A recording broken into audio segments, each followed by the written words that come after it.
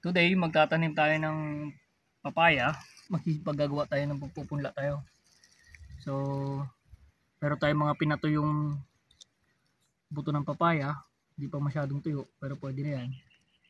And then, ang preparation natin, ito kasi may mga nauna na tayong naitanim. Dito actually maraming buto to. Tapos pinalaygay ko lang. Tapos yan na, tumubo na sila. This time, gagawa tayo ng row. And also, lalagyan natin ng biochar powder. So, dito sa area na to, ito yung pinagsunugan ko kasi ng kawayan, bunot ng nyog, at yung mga kahoy-kahoy dito na inaanay. So, ang magandang durugin itong mga uling ng kawayan, no? Kasi malambot. So, nakaita lang tayo ng tasa na sira. And then, nagputol ako ng sanga. So, dudigdigin lang natin yan. Ayun, sobrang bilis lang. Powder na agad.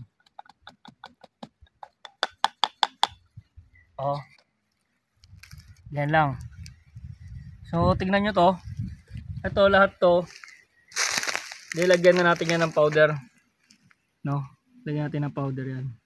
And then, dyan natin ilalagay yung buto ng papaya. So, what's the purpose?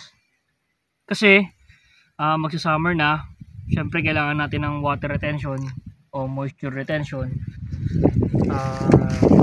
Madali kasi matuyo yung lupa dahil medyo buwagag to mabuhangin. So, lalagyan natin to, and then, yan, hinukay natin ng konti, mga 2 inches ang lalim. Budbud lang natin itong buto ng papaya. No? So, sobrang dami kasi ng buto natin ng papaya pa dun. Araw-araw naman tayo kumakain ng papaya. So, bahala na siya dyan kung ilan yung tutubo. And hindi natin alam kung ano yung lalaki at babae dito. Yan, pati ang palaya sumama na. Sama na rin natin yun. So, budbud natin yan lahat, diretso. Yan. And then, nakadikit yan sa biochar. So, bukod sa moisture retention, it will provide carbon and also magiging ideal place for beneficial microorganisms itong lugar natin. Kasi nag-i-spray din tayo ng IMO. So, maganda siya. Yung mga nasa ibabaw niyan, okay naman yan. Though wala tong biochar powder, pero meron yung mga durug-durug na uling nung binasaan natin tong lugar, syempre. Tapos napak-apakan na natin, kinalaykay natin. Pero iba to. Ito kasi directly nakapatong talaga siya sa uling. So tabunan natin. Yan lang. So okay lang yan kahit may mga debris yan. Magaling ang halaman. Kaya nilang lusutan yan. Lulusot lang yan, tatagos lang. So ganun lang. Diligan natin yan. Sprayan natin ng tubig. And then that's it. Antayin natin for maybe 1 week. May tubo na siguro yan. Ito lang, ang dami na yung ilang daan na to. Napakarami yan. May mga tumutubo pang maliliit to. Siguro yan, napalalim ng konti. Yan, ganyan. Tapos di natin alam kung ano yung ibang tumubo. Parang ito talong. Ito mukhang kamatis.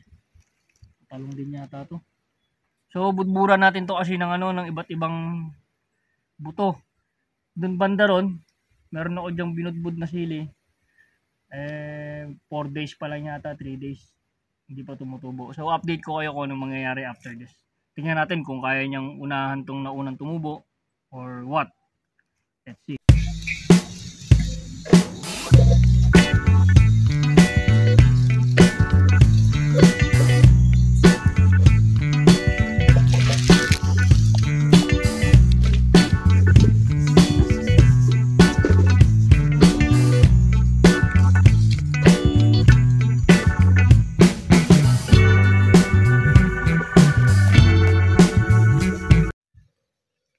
So ito na sila after 1 week. Tumutubo na yung mga seedlings ng papaya. So merong mga nauna. Ayan. Medyo nauna sila, siguro mas mababaw kasi yung cover ng lupa. Kaya nauna. Well, magpapantay-pantay din yan pag lumabas na yung iba. Ayan pa yung iba. Tapos may naligaw tayong isang, I think, ampalaya. Tapos ito na yung mga nauna nating seedlings ng papaya. Napakarami.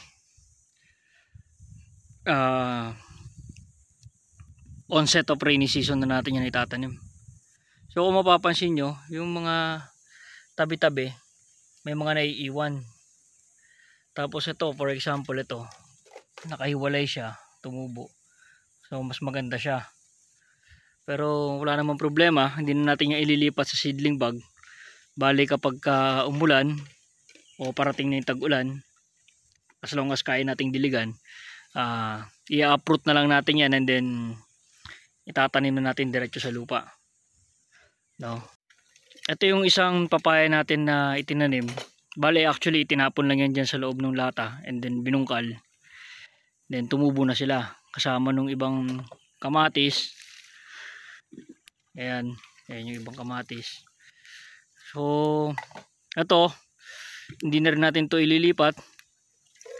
Itatanim na lang din natin yan diretso sa lupa. No. So mas malalaki na to ng konti. Tapos medyo makapal-kapal na yung katawan niya. So, ito mga tumatibay ito kasi direct sunlight daw. Kahit itong mga seedlings natin na iba, direct sunlight sila. So hindi yan malambot yung, kasi ang problema kapag hindi direct sunlight, manipis yung katawan and then mahahabang manipis. Unlike dito, maikli pero tumataba yung katawan. So mas matibay yan, mas gusto natin yung ganun. Kasi pagka manipis masyado yung katawan and then mahaba, mas madaling maputol, no? So yung ganitong technique, basta direct sunlight agad. Wag na nating itago sa lilim kapag nagpupunla. So ganun tayo magpunla dito sa farm. Ito yung tapunan kasi natin to ng tapunan ng mga buto-buto. So dito sa gilid, ayan, meron pa tayong tinanim na isang kamatis, galing din dun sa lalagyan ng mineral water. And then meron pa dito isa, and then doon.